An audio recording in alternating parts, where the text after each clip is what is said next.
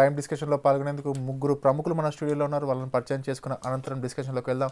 ముందుగా doctor N Tulasi Reddy గారు, PCC అధికార ప్రతినిధి, జి జగదీష్ రెడ్డి గారు, టీఆర్ఎస్ పొలిట్ బ్యూరో సభ్యులు, సి శ్రీనివాస్ గారు, ఆంధ్ర మేధావుల సంఘం కన్వీనర్. జగదీష్ రెడ్డి గారు, మీతో ప్రారంభిద్దాం. కేసీఆర్ తెలంగాణ రాష్ట్రం ఏర్పాటు చేయకపోతే అంతర్యుద్ధమే అని ప్రకటించారు. సో దీన్ని ఎలా అర్థం చేసుకోవచ్చు? చాలా స్పష్టం, దాంట్లో పెద్దగా అర్థం కాని విషయం ఏం లేదు, చాలా క్లియర్గానే ఉంది.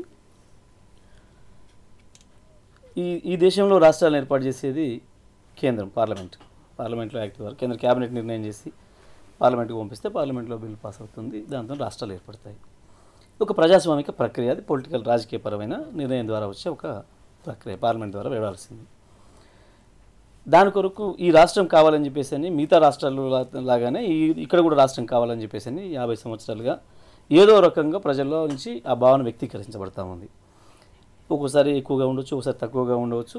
దాన్ని ముందు తీసుకుపోలేని నాయకుడు వచ్చినప్పుడు ఎక్కువగా ఎక్స్పోజ్ అయింది, లేనప్పుడు రచనల ద్వారా ఇతరతర కవులు కళాకారుల ద్వారా సభల ద్వారా రకంగా కూడా వ్యక్తీకరించబడింది.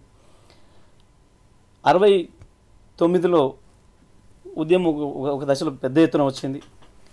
ఆ తర్వాత మళ్ళీ ఎన్నికలు వచ్చినప్పుడు 72లో కూడా చాలా స్పష్టంగా తెలంగాణ ప్రజలు ఎన్నికల ద్వారా ఉద్యమ తీరుతెన్నులు ఎలా ఉన్నప్పటికీ కేసీఆర్ ఢిల్లీలో శ్రీకృష్ణ కమిటీతో కలిసిన అనంతరం అంతర్యుద్ధం అనడం వెనుక ఆంతర్యం ఏంటి? అంతర్యుద్ధం అంటే ఎగ్జాక్ట్ మీనింగ్ ఎలా తీసుకోవచ్చు? అంతర్యం చెప్పాలంటే ఇదంతా మాట్లాడుకోవాలి మనం. ఒకటే వాక్యంతో అంతర్యుద్ధం అన్నాడు అంటే అయిపోతుంది.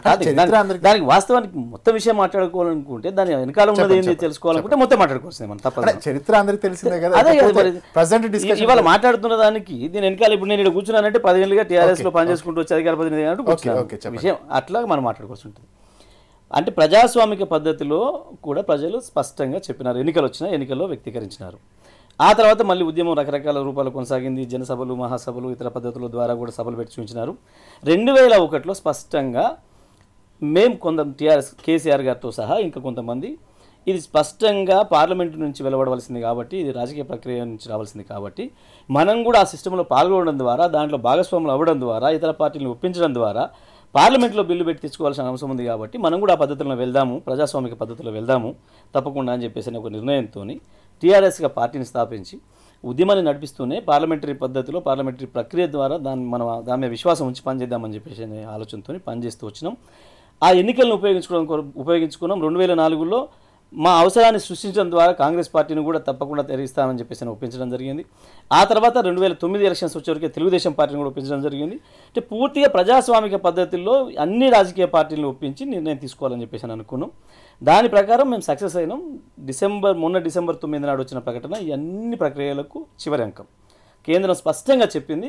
చిదంబరం గారు ప్రకటన చేసేటప్పుడు చాలా క్లియర్గా ఇగో ఇది 2004 నుంచి వెళ్ళి ఈ అంశం ఇది ఉంది, 50 సంవత్సరాలుగా జరుగుతున్నప్పుడు కూడా ఇగో ఈ ఎన్నికల సందర్భంగా మనం మాట ఇచ్చినాం, తప్పకుండా ఇది ప్రజలందరికీ సంబంధించిన ఆకాంక్ష కాబట్టి మేము ఈ నిర్ణయం చేస్తాము, ప్రక్రియ ప్రారంభిస్తాము అని చెప్పి ప్రకటన చేయడం జరిగింది. అంటే ఈ ప్రజాస్వామిక పద్ధతిలోనే అవుతుందని భావించడం అయింది. కానీ మళ్ళీ డిసెంబర్ 23 నాడు 13 రోజుల తేడాతోనే ఆ ప్రకటనకు భిన్నంగా దాన్ని ఆపుతున్నట్లుగా అర్థం వచ్చే విధంగా ఇంకొక ప్రకటన వచ్చింది. అది కాదు అని చెప్పేసి ఇప్పుడు ఒక కమిటీ వచ్చింది. మేము ఆ కమిటీకి కూడా ముందు వాస్తవానికి కూడా మేము కమిటీకి కూడా రిపోర్ట్ ఇవ్వద్దని అనుకున్నాం. ఒకసారి ప్రకటన చేసిన తర్వాత మళ్ళీ కమిటీ చేయడం అర్థం లేని విషయం. అయినప్పటికీ కూడా మిగతా విఘ్నులందరూ కూడా మిగతా పార్టీ వాళ్ళు కూడా అందరూ ఇచ్చిన సలహా మేరకు కానీ, తెలంగాణలో ఉన్న ఉద్యమకారులు మేధావులందరూ ఇచ్చిన సలహా మేరకు కానీ, మీరు ప్రధానమైన పార్టీ, దాని కొరకే పుట్టిన పార్టీ, మీరు ఇవ్వకపోవడం వల్ల నష్టం జరిగే అవకాశం ఉంది, వాళ్ళు వన్ సైడ్గా తీసుకునే అవకాశం ఉంది కాబట్టి మీరు కూడా రిపోర్ట్ ఇవ్వడం మంచిది, న్యాయంగా ఉంటుంది దాంట్లో అని చెప్పేసి అన్నప్పుడు తప్పకుండా జరిగిన అన్యాయాలను కూడా వాళ్ళకి చెప్దాము.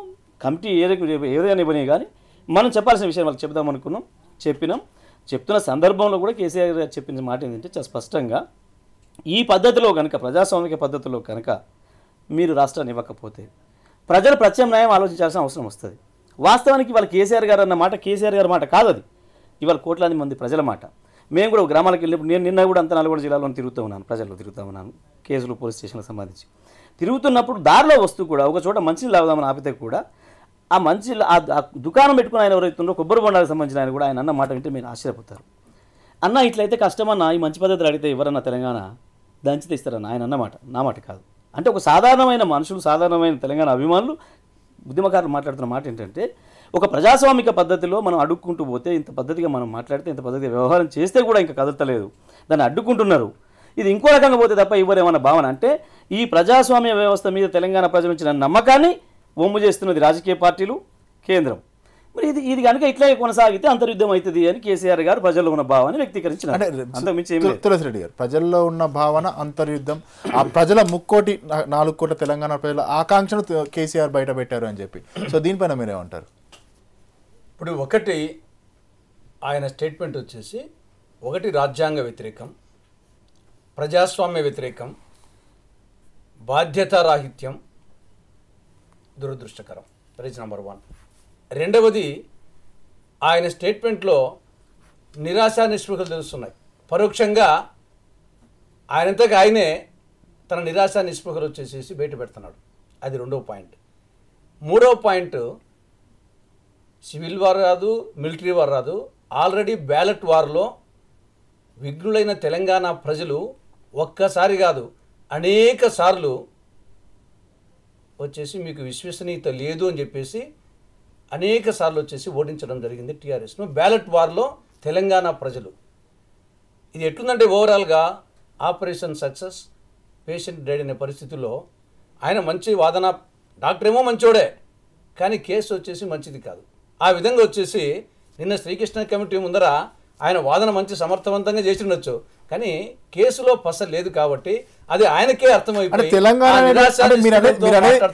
తెలంగాణ అనేటువంటి వాదనలో పసలేదు అంటున్నారు, అంతేనా? ఆయన చేసేసి తెలంగాణ అనేటువంటి కేసులో పసలేదు, విభజనవాదము అనే దాంట్లో. ఇప్పుడు ఇక్కడ తెలంగాణ ఇష్యూ కాదు, సమైక్యవాదము, విభజనవాదము. నేను రాయలసీమవాసిగా మాట్లాడడం లేదు, సమైక్యవాదిగా మాట్లాడుతున్నాను. కాబట్టి ఇక్కడ ప్రాంతం గురించి కాదు, మీ ఉద్దేశంలో తెలంగాణ వాదం అనే దానికి పసలేదు. తెలంగాణ వాదం కాదు, విభజనవాదం. విభజనవాదం అనేది పస ఉన్నటువంటి సబ్జెక్ట్ కాదు. ముందుగా ఒకటండి, తెలంగాణ ప్రజలకి కేసీఆర్ గారు ఇంతవరకు నేను వ్యక్తిగతంగా వ్యాఖ్య చేయలేదు, వాళ్ళ విధానాన్ని వ్యతిరేకిస్తాం. వాళ్ళు చేసిన వ్యాఖ్య ఏదైందో చాలా దురదృష్టకరం. తెలంగాణ ప్రజలకి ఆ దురదృష్టాన్ని దాన్ని ఆపాదించడం తప్పు. తెలంగాణ ఏ ప్రజలు కూడా సివిల్ వారిని కోరుకుంటారనేది సరైనది కాదు.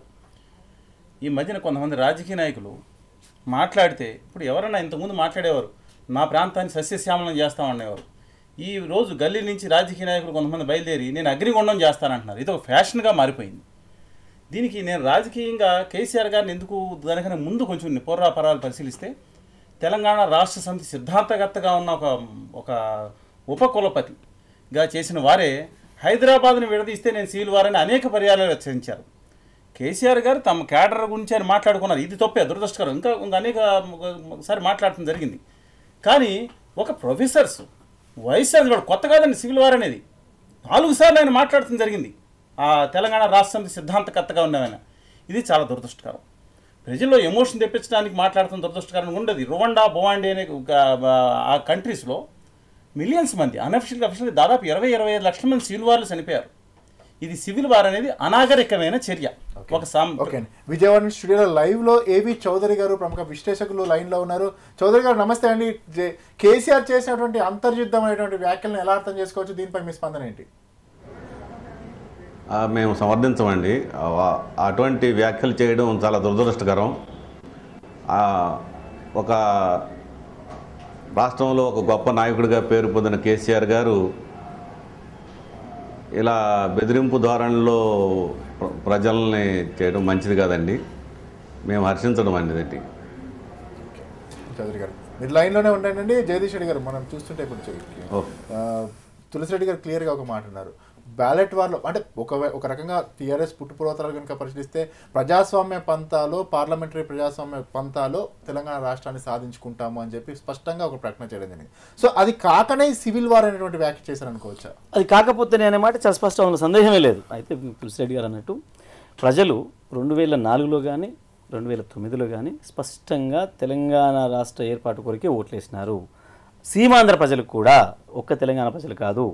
ఇవాళ అసెంబ్లీలో ప్రాతినిధ్యం వహిస్తున్న 294 మంది ఎమ్మెల్యేలలో దాదాపుగా 285 మంది ఎమ్మెల్యేలు స్పష్టంగా తెలంగాణ రాష్ట్ర ఏర్పాటు